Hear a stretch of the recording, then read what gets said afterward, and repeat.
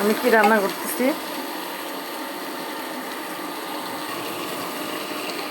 দেখুন। সজনা, মসুর ডাল আর আলু।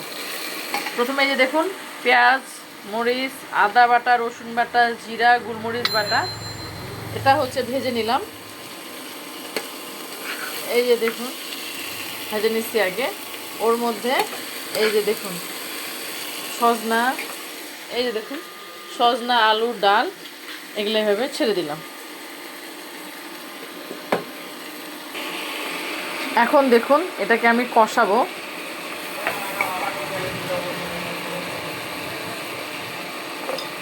তো এখন তো সজনার সিজন, তারপরে ফ্রেশ জমি থেকে উঠতেছে আলু, মসুর ডাল তো সবসময় পাওয়াই যায়। তো এটাতে একটু জিরাটা বেশি দিলে, সবজি যেহেতু জিরাটা বেশি দিলে সবজি যে খারাপ একটা গন্ধ থাকে ওটা চলে যায়, সেন্ট অনেক সুন্দর হয়। আর এই যে দিলাম হচ্ছে হলুদ, আর দিচ্ছি প্রয়োজন মতো লবণ। দেখুন, এরপরে আমি এটাকে এখন কষাবো।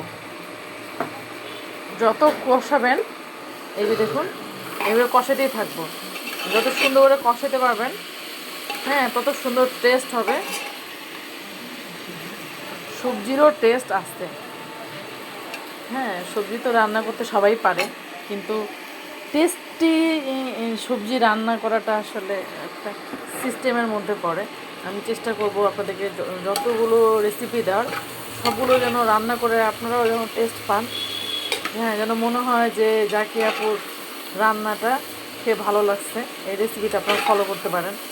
যারা একেবারেই নতুন, ম্যাচে থাকে, হোস্টেলে থাকে, হলে থাকে, যেখানে থাকুক না কেন, তারা তাদের এই প্রেশার কুকারে দিই কেন, ওই প্রেশার কুকারে একটা সিটি দিলেই যে কোনো সবজি সুন্দর রান্না হয়ে যায়।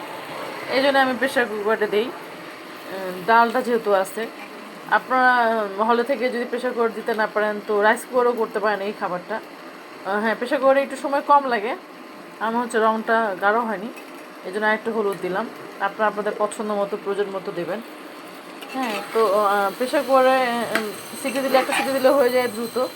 আর যদি হাতের কাছে প্রেশার কুকার না থাকে, পাতিল, কড়াই কিংবা রাইস কুকার, যেখানেই আপনারা যেভাবে রান্না করেন না কেন, কারি কুকার, ওগুলোতে রান্নাটা এরকমই হবে, শুধু একটু সময় লাগবে। দেখুন, এই যে